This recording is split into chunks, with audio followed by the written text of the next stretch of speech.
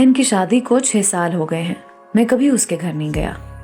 ईद शब रात कभी भी अब्बू या अम्मी जाते हैं। मेरी बीवी एक दिन मुझे कहने लगी, आपकी बहन जब भी आती है उसके बच्चे घर का हाल बिगाड़ कर रख देते हैं, खर्च डबल हो जाता है।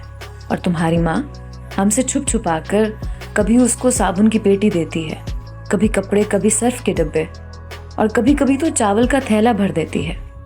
अपनी माँ को बोलो ये हमारा घर है, कोई खैरात सेंटर नहीं। मुझे बहुत गुस्सा आया। मैं मुश्किल से खर्च पूरा कर रहा हूँ और माँ सब कुछ बहन को दे देती है। बहन एक दिन घर आई हुई थी। उसके बेटे ने टीवी का रिमोट तोड़ दिया। मैं माँ से गुस्से में कह रहा था, माँ बहन को बोलो यहाँ ईद पे आया करे बस, और ये जो आप साबुन, सर्फ और चावल का थैला भर कर देती है ना, इसको बंद करें सब। माँ चुप रही, लेकिन बहन ने सारी बातें सुन ली थी। मेरी बहन कुछ ना बोली। 4 बज रहे थे। अपने बच्चों को तैयार किया और कहने लगी, भाई मुझे बस स्टॉप तक छोड़ो।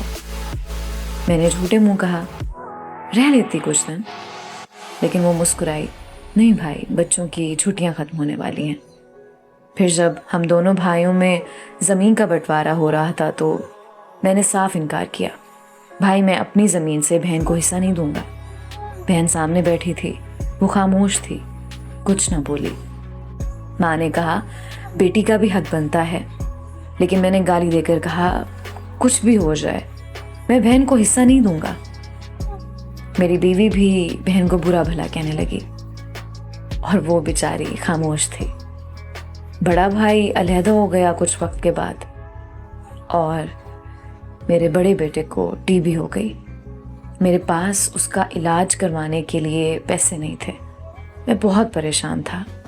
कर्ज भी ले लिया था 1 लाख रुपया। भूख सर पर थी। मैं बहुत परेशान था। कमरे में अकेला बैठा था, शायद रो रहा था अपने हालात पे। उस वक्त वही बहन घर आ गई। मैंने गुस्से से बोला, अब ये आ गई है मनहूस। मैंने बीवी को कहा, कुछ तैयार करो बहन के लिए। बीवी मेरे पास आई, कोई ज़रूरत नहीं गोश्त या बिरयानी पकाने की इसके लिए। फिर 1 घंटे बाद वो मेरे पास आई, भाई परेशान हो? बहन ने मेरे सर पे हाथ फेरा, बड़ी बहन हूँ तुम्हारी, गोद में खेलते रहे हो, अब देखो मुझसे भी बड़े लगते हो। फिर मेरे करीब हुई, अपने पर्स से सोने के कंगन निकाले, मेरे हाथ में रखे, आहिस्ता से बोली, पागल तू ऐਵੇਂ ही परेशान होता है। बच्चे स्कूल थे, मैंने सोचा दौड़ते दौड़ते भाई से मिलाऊं, ये कंगन बेचकर अपना खर्च कर, बेटे का इलाज करवा, शक्ल तो देख, जरा क्या हालत बना रखी है तूने अपनी। मैं खामोश था, बहन की तरफ देखे जा रहा था। वो आहिस्ता से बोली, किसी को ना बताना कंगन के बारे में, तुमको मेरी कसम है। मेरे माथे पे बूसा किया और 1000 रुपया मुझे दे दिया, जो 150 के नोट थे।